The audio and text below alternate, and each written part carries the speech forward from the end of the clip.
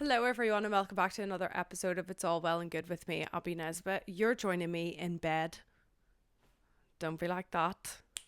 I'm lying on bed with all of my favourite clothings, whether that's textures, patterns, colours, all that kind of stuff. Because today we're going to be talking about fashion predictions for 2026, what's in, what's out, all that good stuff. And I can't wait because there's nothing I love more than chatting into a mic by myself is buying myself clothes. I'm still thinking I should have called this podcast All That Good Stuff. Or you know what? I was actually thinking the other day I should have called it Hear Me Out. But then I did a bit of research and on Spotify there's a lot of podcasts called Hear Me Out. But I'm still quite tempted to call it Hear Me Out. Hear Me Out. Is it a good podcast name? I was trying to make that into like a little like joke or something there, but it didn't work. Hear Me Out with Abbie Nesbitt. Maybe it's a New Year thing. How many times am I going to restart this podcast? Don't even ask. Stop asking. And we're not going to talk about it because we talk about it enough. But quick catch up with me. Everything that happened last week happened in Brussels. Me and Eddie went to Brussels on the Eurostar. We had a fab time in the city and then we went to Bruges on the Friday. We went to the Christmas markets, the first Christmas markets I've been to this year. So it kind of brought back my Christmas feeling and I'm ready for it now. On the Monday, Tuesday, before I went to Brussels on the Wednesday, in work on the Monday and Tuesday, I was like, no, do not play me Jingle Bell Rock. Maybe the Pogues, but that's about the height of it. As soon as I was in the Christmas markets on the Friday, give me a mulled wine now. I might buy a bobble hat. I'm having the time of my life. So, happy Christmas one and all. The season is here and I'm absolutely loving it. Listening back on last week's episode, you know what, I did some self-reflection. You're probably thinking the tone of this episode so far is a lot different to last week's. Last week was very, I was speaking a lot like this and it's to do with the winter arc and your body and your mind and your soul and all that kind of crap, right? Today is obviously a very different vibe. I'm having a different week. It's a different part of my cycle. What more differences do you want? I'm also really excited to talk about clothes. But I've just realised that like talking about different topics actually gives me a different sense of energy and I'll just like tune into that energy. If that's too woo-woo for you, don't even get me started because there's a lot more woo-woo to come. I think I'm just going to keep going with this energy, so we're going to jump straight into it.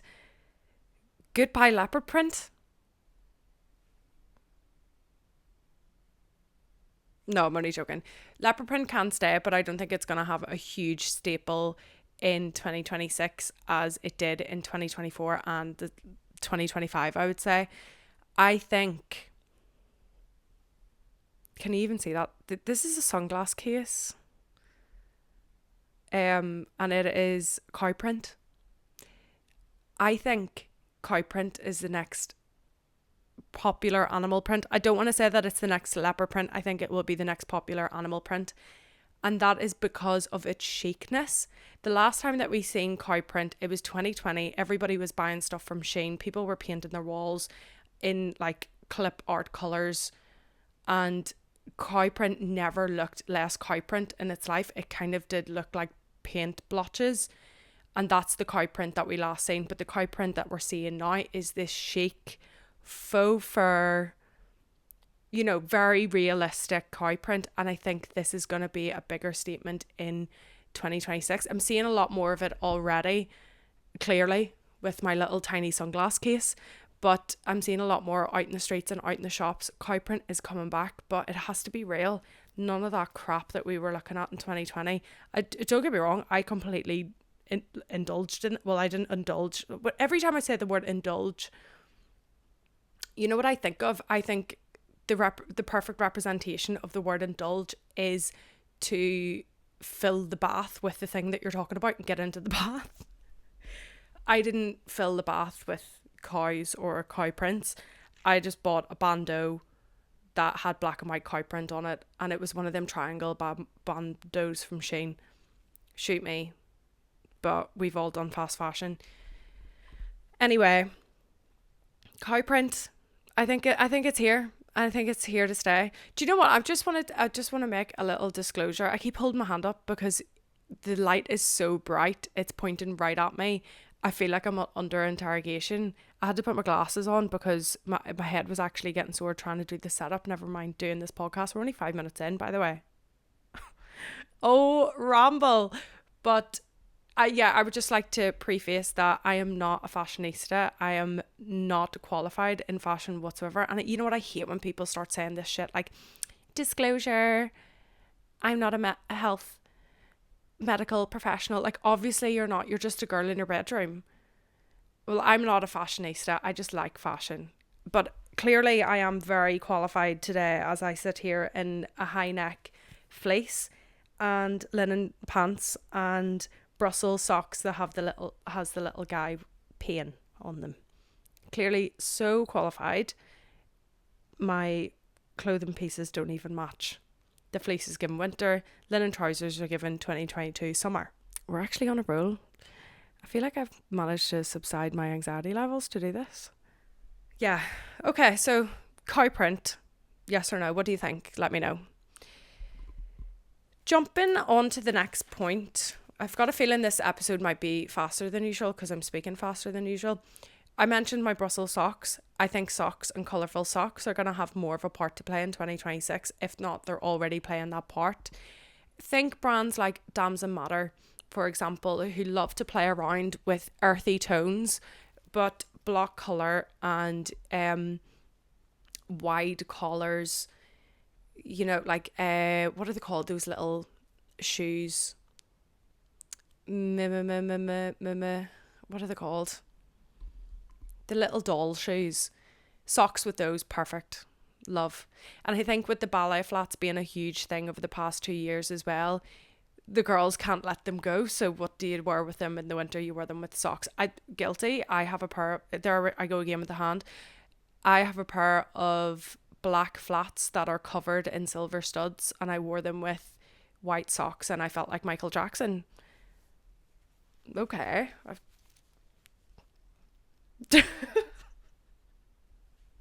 I felt like Michael Jackson. This is really where I'm up to with this 7 minutes in. Anyway, so yes, with the rise, this is my prediction, with the rise in flats and evidently the rise in more like fancier polished looking shoes. For example, the shoes with the toe insert, which I was so close to buying yesterday. And I know I said in a previous podcast before, this is going to be one of those trends that people are going to be like, what the fuck?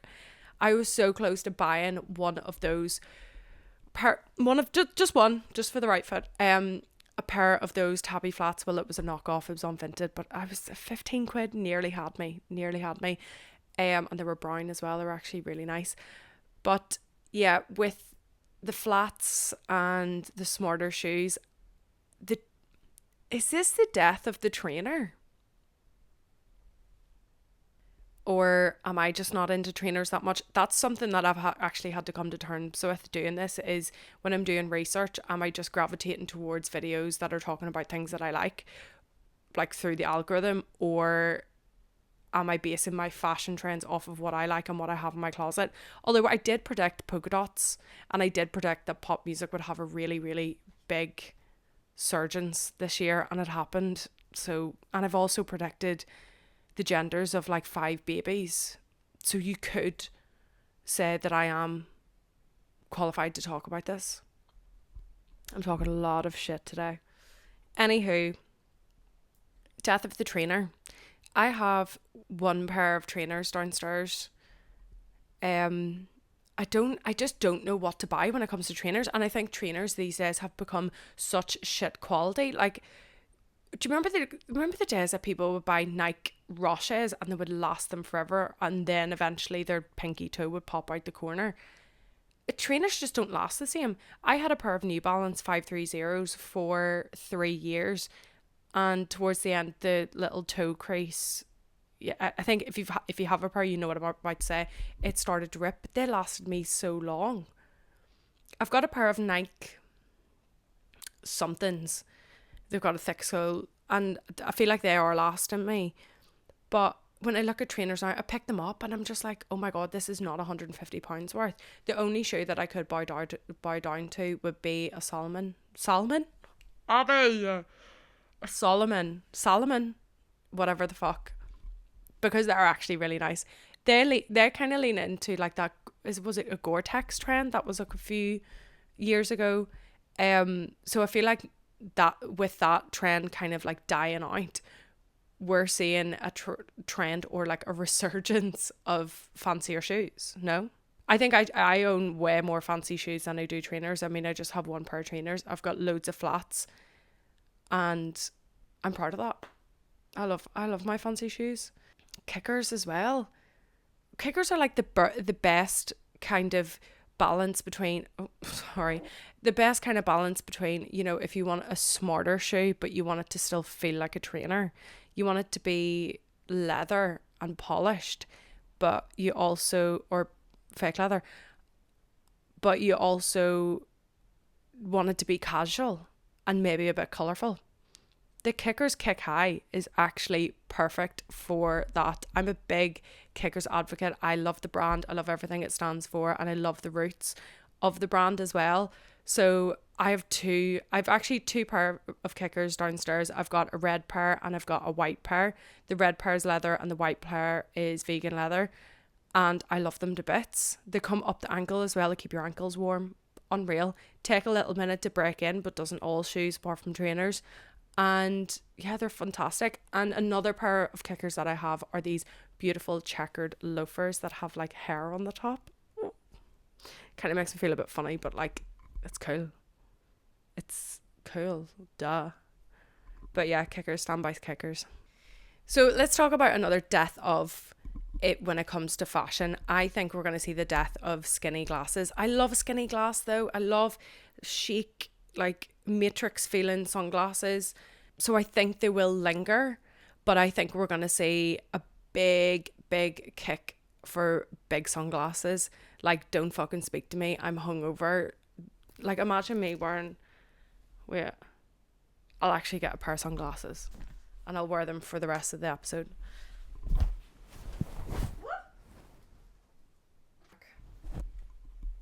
To be honest, I don't really know why I wasn't wearing sunglasses for this episode anyway, because the light is so bright.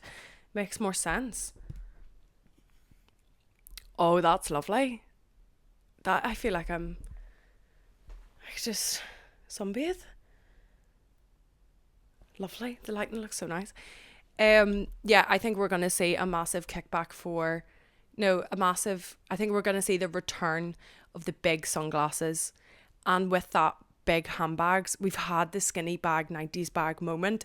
Bring back big stupid bags. Already Coach vintage bags are becoming very popular again. You know, like, they're gorgeous. They have these lovely handles. They have loads of like metallic work, which are really nice, really classic patterns. I think we're going to see more big handbags. The thing is with big handbags and me, I just will fill it with so much stuff that I don't need. Like, if I'm going on a night out, I'll be bringing 3 different cameras, my phone charger, deodorant, probably 3 different lip combinations. If I could fit my full perfume bottle in there, it'll go in there.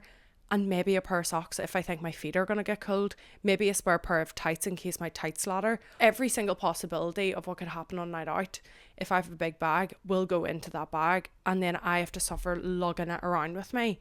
Or I'm petrified that I'm going to set it down and someone's going to steal it, or I'm going to lose it. So the skinny bags were so good for this because I just put in phone, wallet, keys, lip gloss. Done. Okay. You know what? I did watch a few runways. If you are really hanging on to the fact that I don't look like a fashionista right now, I did watch a few runways, and what I did observe from the runways was that there is basically going to be a lot of high collars. What I'd seen was it was either high collars, or it was all about your clavicle, it was all about your chest or your collarbones. So those like wide boat neck tops or jumpers, I seen a lot of that. I seen a lot of layering with those as well. So like if you maybe a high neck with a low cut long sleeve top, very chic, very classy. Seen lots of that. So it was either all or one, or maybe a combination of both, which doesn't really seem out of the ordinary, and it just sounds like I'm just explaining stuff. But that's also what a podcast is. And I kind of like the idea of it being, you know, like I love this jumper because I'm freezing, and I love kind of bringing it up around. I think there's something so chic about this look. It's kind of like it's badass. So I like the high collars. I've always liked a turtleneck.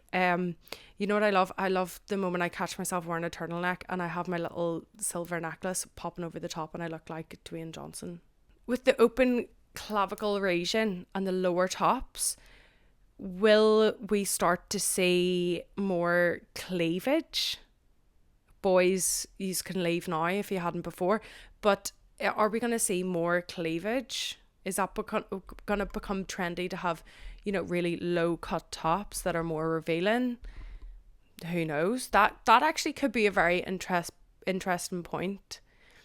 And obviously cleavage is completely subjective to what you think cleavage is, and nor is it completely necessary to have cleavage in low tops.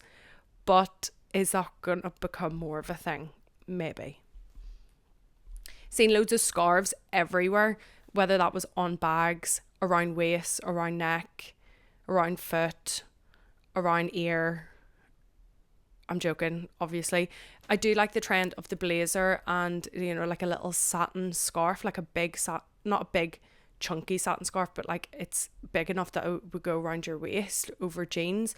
I really like that trend. And that's kind of spilled over into wearing slip dresses as an in-between layer between jeans and a top. So it like specifically like an asymmetric slip dress coming down, and then the jeans. I you know what, I am so guilty for wearing skirts over jeans now. I don't know what has happened. I've always toyed with the idea of wanting to do it, and then whenever I was in Brussels, I was putting everything over my jeans. I was putting this Susamusa mesh polka dot skirt. Don't get me started on polka dots. I literally have polka dot nails. I love it.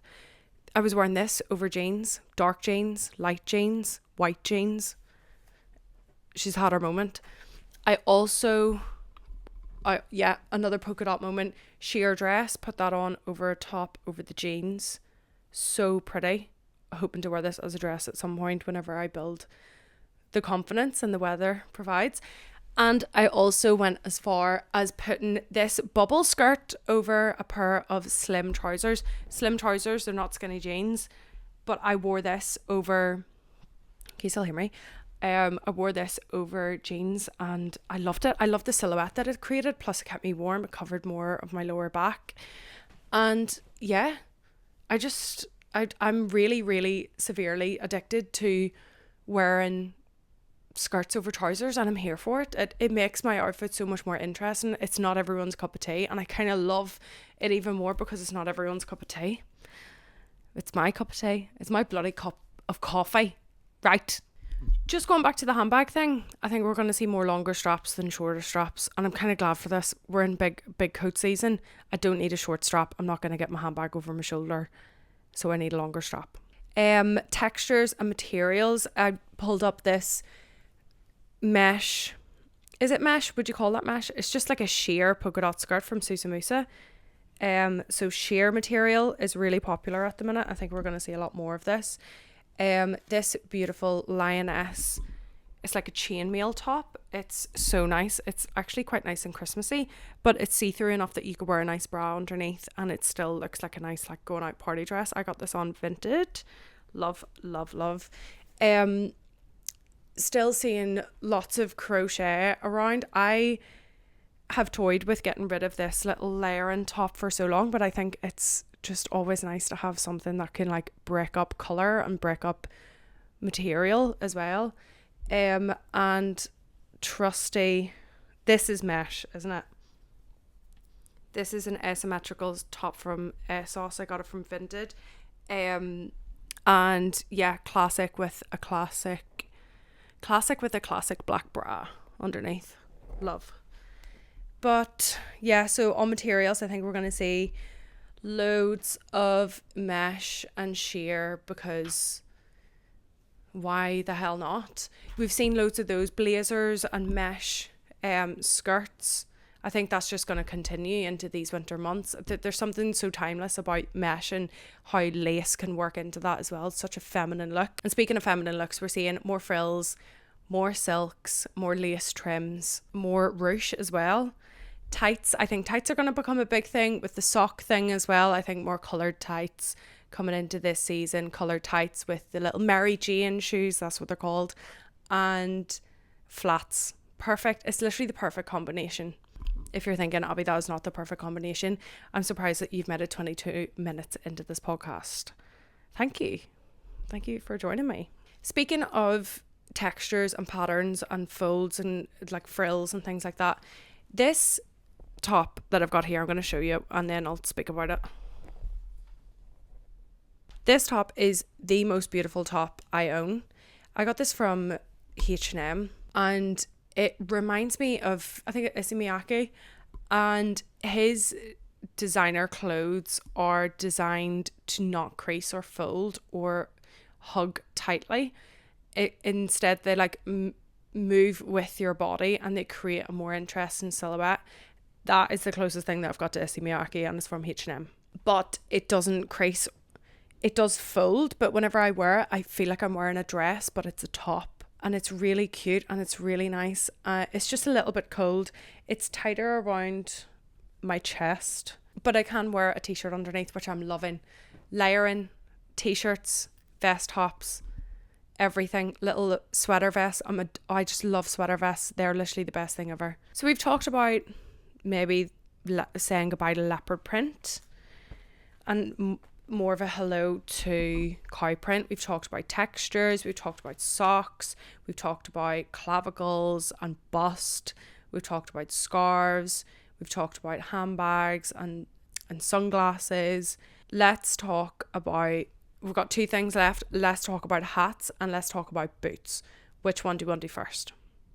Okay, we'll do boots because hats more interesting. Hopefully that's the one that you picked. I don't know what you picked, I can't hear you.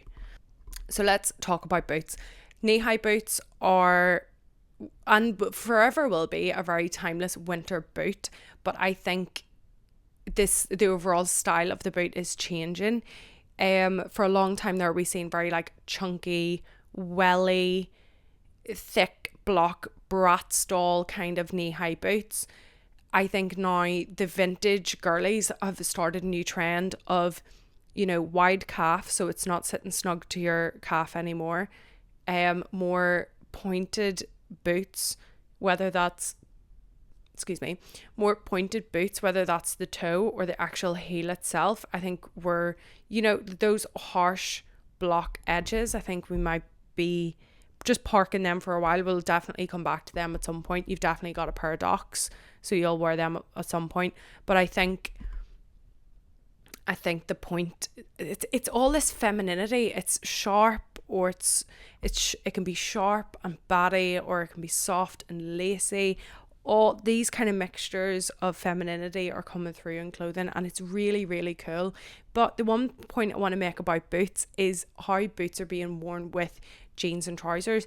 I've seen a lot of girls tucking in one leg into their boot and kind of like a step up two in the studio, tucking up my sweatpants and getting down kind of way, but you're out in the street and you're wearing boots and jeans. I think it's really cool. It's interesting. Do you know what? If something's other than the norm, if something is going to create a different silhouette of a person, I'm here for it. I love it. But because we're kind of reaching for those shorter length in trousers, maybe this is going to see the return of clots. Maybe like midi skirts and boots. Now that's been around for a long time, but I think it might become more, commercial, or more, not socially accepted, but maybe just more popular, maybe. Okay, hats. Let's talk hats. I want to get into hats because I just do. You know, my hair is quite short. When I wear a beanie, I look like a sweaty skater boy. So I just don't really want to do that to myself. Plus, whenever I wear a hat, because my hair is quite fine, it just like vacuum packs itself onto my scalp, and then I've got to deal with that for the rest of whatever. Like I have to basically plan wearing a hat close to when I'm going to wash my hair, because it's going to accelerate the time and decrease the time between me wearing the hat and washing my hair. So I need to plan it around that. So hats, Baker Boy hats, but in a 2014 Topshop kind of way. Topshop's coming back as well. Like that's going to be a driving force in everybody's fashion. But Baker Boy hats, I think they're cool. I might hate them next year, but I think they're cool right now. Beanies, those Aztecs beanies are really popular at the minute. That Gore-Tex vibe, that geography trip vibe, I'm not really feeling it that much. I don't know, unless there's a really cool colourway, maybe, but I just don't really wear things like that to wear a beanie like that. Maybe I'll go for more like a fisherman's beanie, if that. I don't wear beanies, so I don't even know if any of my clothes would suit beanies anymore. Maybe, don't know. Flat caps though, I think I could get behind flat caps wearing it backwards. I used to do this 3 years ago, and I parked it because I used to be cool 3 years ago, and then I graduated, and then the student style just wore off like that. I'm joking. Berets, I used to wear a beret back in day, and that was a fun old day. I used to also wear beanies, berets and flat caps. I need to get myself back into my hats. And that's it, guys. That's it. Really enjoyed this. I love talking about clothes. I love talking about fabrics and patterns and how clothes can make you feel, and how they can be a form of art, and that they should, like, you should wear clothes that always make you feel good. You know, listen to your body, wear what your body wants that day. Honestly, if there's a certain point in my cycle and I will not put a pair of leggings on me, but then there's certain parts of my cycle I'm like, get me in a see-through dress. It all changes. It's all like your body goes through trends, your style goes through trends, the shops go through trends. Everything is trending and changing all of the time, and that is why I'm sat here today doing a fashion predictions. Thank you so much for listening to this episode. I hope you enjoyed it, and if you really, really enjoyed it, please rate me a little star review. You can choose whatever star you like, but the 5th one's always the best. Also, all of my long form video content is now live on YouTube. So if you've got YouTube, which I know you do, head on over to my YouTube and give me a little subscribe, a like, and maybe just click on the videos, because that counts as a view, and that would help me along the way of basically owning a chat show. I'm not going to own a chat show. I'm too nervous for that, but it just shows a little bit of support, and that would mean so much. So yeah, thank you. You know where to catch me on all of my socials, and I will see you next week. Wait, what are we going to talk about next week? Before you go, don't go yet. It was meant to be the trends that we'll love or hate in the future, but that's pretty similar to what I'm talking about now, and I feel like all the things that I would speak about would be fashion anyway. Let's talk about how the beauty industry is really ugly at the minute, and I'll see you next week. Bye.